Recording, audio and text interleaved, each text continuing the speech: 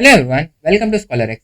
मेरा नाम है आवेज और आज हम स्टार्ट करने वाले हैं 9th standard maths 2 basic concepts in geometry का 5th वाला पार्ट। आज का पार्ट जो है वो आखिरी पार्ट होने वाला है ये चैप्टर का, और आज ये चैप्टर खत्म करने की हम पूरी कोशिश कर देंगे।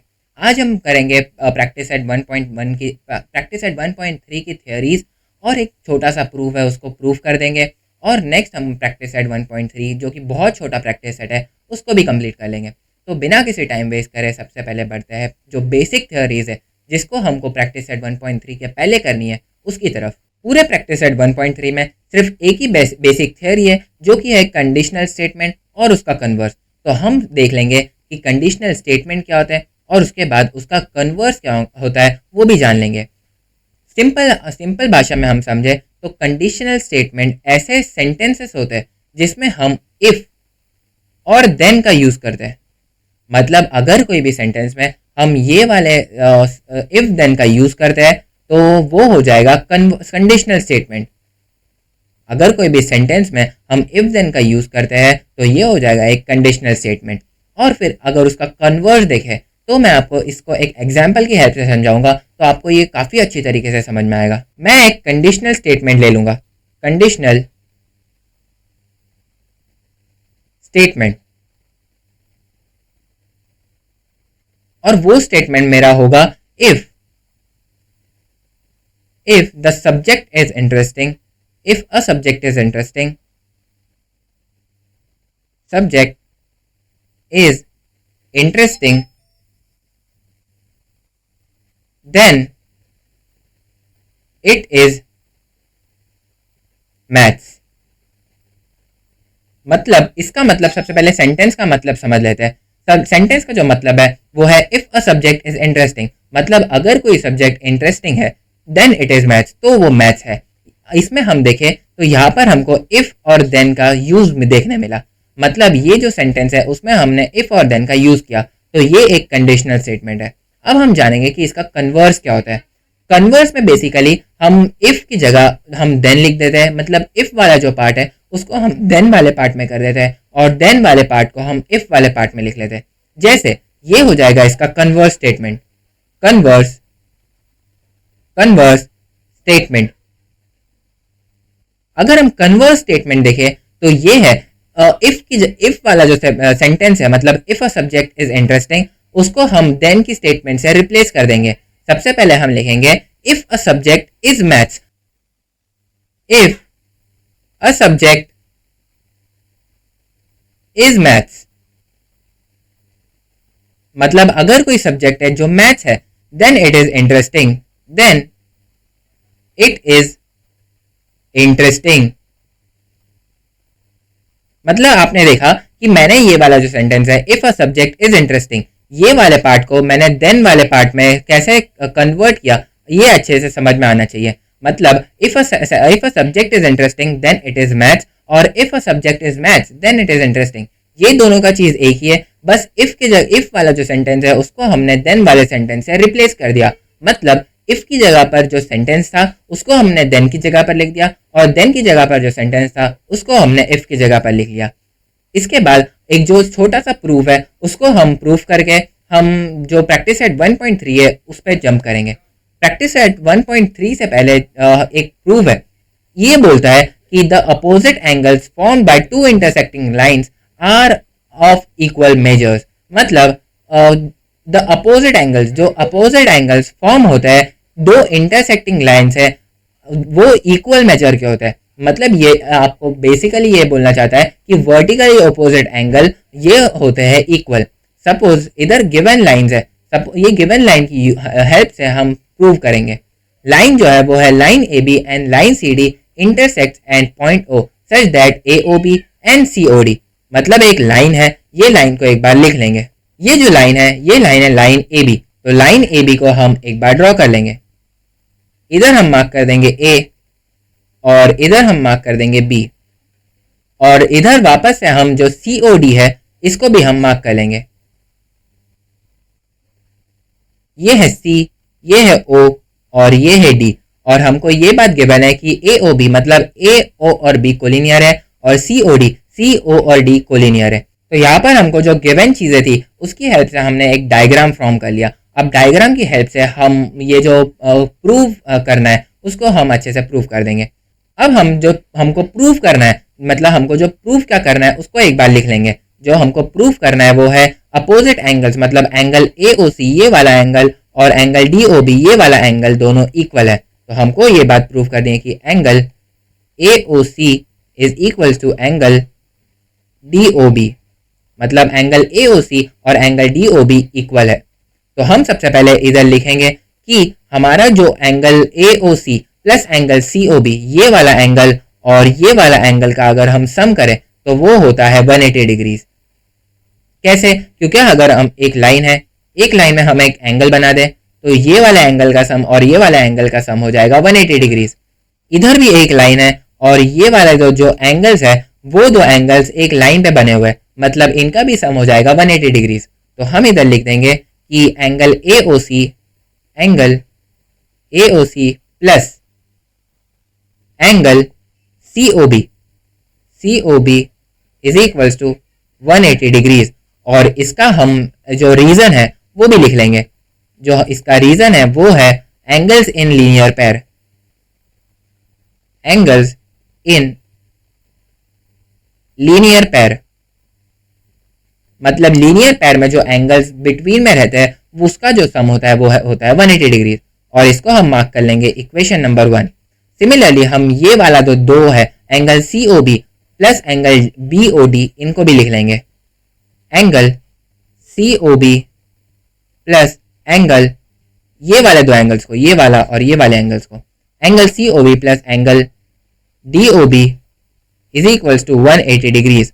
और इसका भी सेम रीजन लिख देंगे, एंगल्स इन लीनियर पेयर और इसको मार्क कर देंगे इक्वेशन नंबर 2। अब हम लिखेंगे from equation 1 and 2, from equation 1 and 2, 1 and 2 हमको क्या मिला कि दोनों का जो RHS है, जो दोनों का राइट हैंड साइड है वो इक्वल है, मतलब दोनों का राइट हैंड साइड 180 है तो दोनों का लेफ्ट हैंड साइड भी 180 होगा। देयरफॉर जो एंगल AOC है, angle AOC plus angle COB is equals to, दोनों का अगर RHS इक्वल है तो दोनों के LHS भी इक्वल होंगे। तो angle AOC is equals to plus angle COB is equals to angle COB plus angle DOB। अब अगर दोनों साइड एंगल COB और एंगल COB है तो दोनों साइड से ये चीज कैंसिल हो जाएगी और हमको ये बात प्रूव हो जाएगी कि angle AOC is equals to angle DOB। Angle AOC is equals to angle DOB और इधर हम लिखेंगे हेंस प्रूव्ड। इसी के साथ हमने जो ये छोटा सा थ्योरम था उसको भी हमने कंप्लीट कर लिया। इसके बाद हम बढ़ेंगे प्रैक्टिस सेट 1.3 की तरफ। प्रैक्टिस सेट 1.3 के जो क्वेश्चंस है वो बहुत ज़्यादा सिंपल है। आपको ऐसा लगेगा कि आप इंग्लिश ग्रामर कर रहे हो, ऐसा लगेगा कि नहीं कि मैथ्स चल रहा है। तो सबसे पहले हम फर्स्ट क्वेश्चन पढ़ेंगे। इसमें गिवन है right the following statements if then form, मतलब हमको जो गिवन स्टेटमेंट्स है उनको इफ देन फॉर्म में लिखना है। फर्स्ट क्वेश्चन का फर्स्ट सब क्वेश्चन पढ़ेंगे। इसमें गिवन है the opposite angles of a parallelogram are congruent, मतलब जो अपोजिट एंगल होते हैं पैरेललोग्राम के वो कॉन्ग्रुएंट होते हैं। ये हमको एक सेंटेंस गिवन है, इसको हमको लिखना है इफ देन फॉर्म में। तो ये कैसे लिखेंगे? इसको लिखने का हमारे पास एक मेथड होता है। इसको अगर हम इफ देन फॉर्म में लिखे तो ये हो जाएगा if the quadrilateral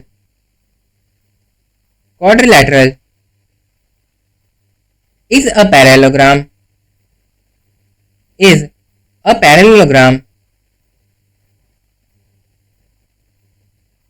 then the opposite angles are congruent.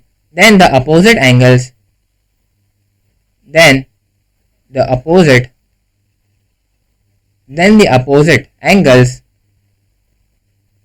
of that quadrilateral are congruent। मतलब इसका मतलब भी अभी समझा देता हूं कि अगर एक क्वाड्रिलेटरल है जो एक पैरेललोग्राम है, तो अगर एक क्वाड्रिलेटरल पैरेललोग्राम है तो उसके जो अपोजिट एंगल्स रहेंगे वो इक्वल रहेंगे। इसके साथ हमने एक क्वेश्चन, एक जो स्टेटमेंट है उसको हमने इफ देन फॉर्म में कन्वर्ट कर लिया। इसी तरीके से हमको बाकी सारे स्टेटमेंट भी इफ देन फॉर्म में कन्वर्ट कर लेना है। सेकेंड क्वेश्चन को भी हम उसी तरीके से सॉल्व करेंगे। इधर लिखेंगे if a quadrilateral is a rectangle, if a quadrilateral is a rectangle, then फिर the diagonals of that quadrilateral, the diagonals then the diagonals of that quadrilateral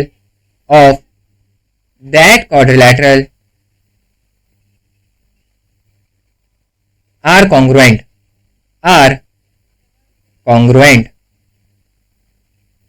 Next इधर लिखा है in an isosceles triangle the segments joining the vertex and the midpoint of a base is perpendicular to the base।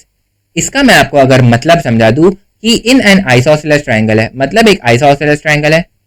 Isosceles triangle मतलब ऐसा कोई triangle जिसके कोई दो sides equal हो। मतलब अगर एक ट्रायंगल में दो साइड्स इक्वल है तो मतलब वो ट्रायंगल आइसोसेलेस ट्रायंगल है।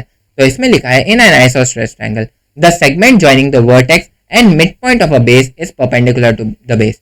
मतलब ये वाला जो सेगमेंट है जो वर्टेक्स को ज्वाइन करके mid point of a base को ज्वाइन करता है वो होता है perpendicular to the base.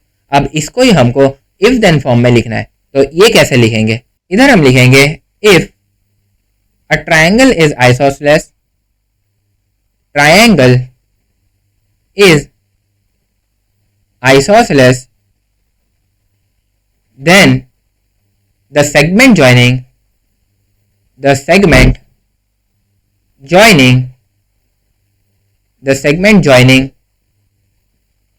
vertex and the midpoint of the base and the midpoint of the base is perpendicular to the base,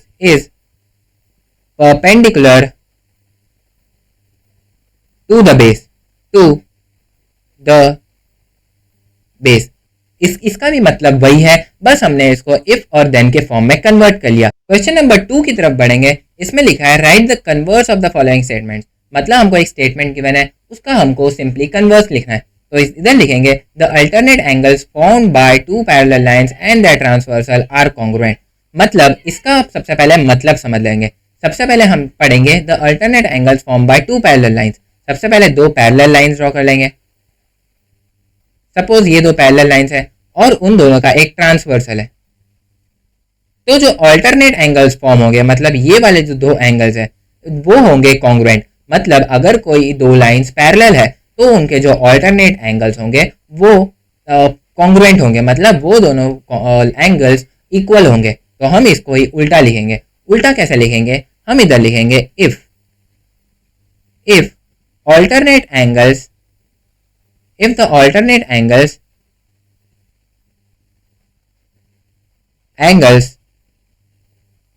formed by two lines and their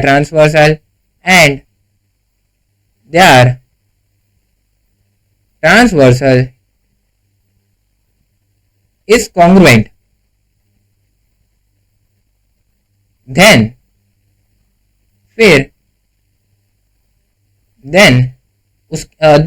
the two lines are parallel। मतलब अगर alternate angles जो form हो रहे हैं दो lines और उसके transversals है, अगर वो दो alternate angles congruent है तब वो दो जो लाइंस होगी वो भी पैरेलल होगी।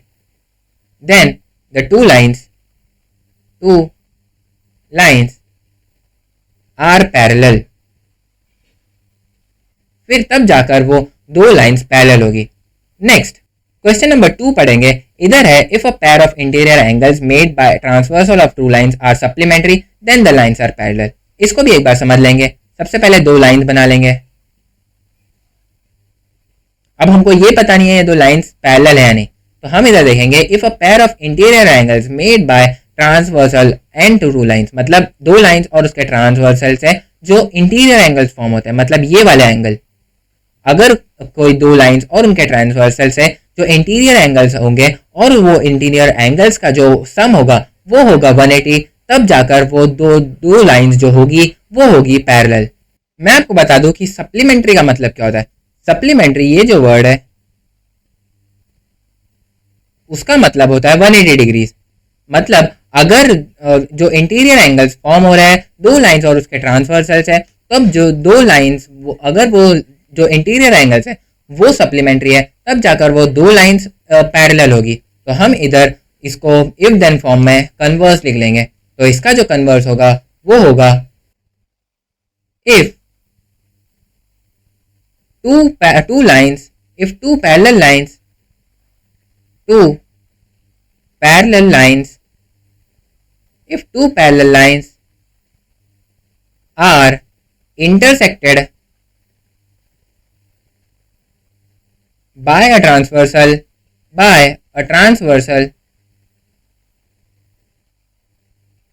if two parallel lines होती है intersect transversal से, then the interior angles,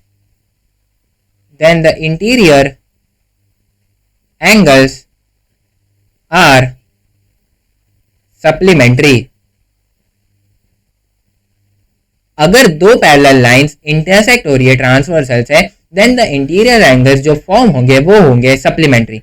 next the diagonals of rectangle are congruent. मतलब ये वाला जो क्वेश्चन है, the diagonal of a rectangle are congruent, ये वाला क्वेश्चन और ये वाला क्वेश्चन दोनों इक्वल था। मतलब हम इधर सेम आंसर लिख लेंगे। हम इधर लिखेंगे if a quadrilateral if a quadrilateral is a rectangle, अगर एक quadrilateral rectangle है, then the diagonals of that quadrilateral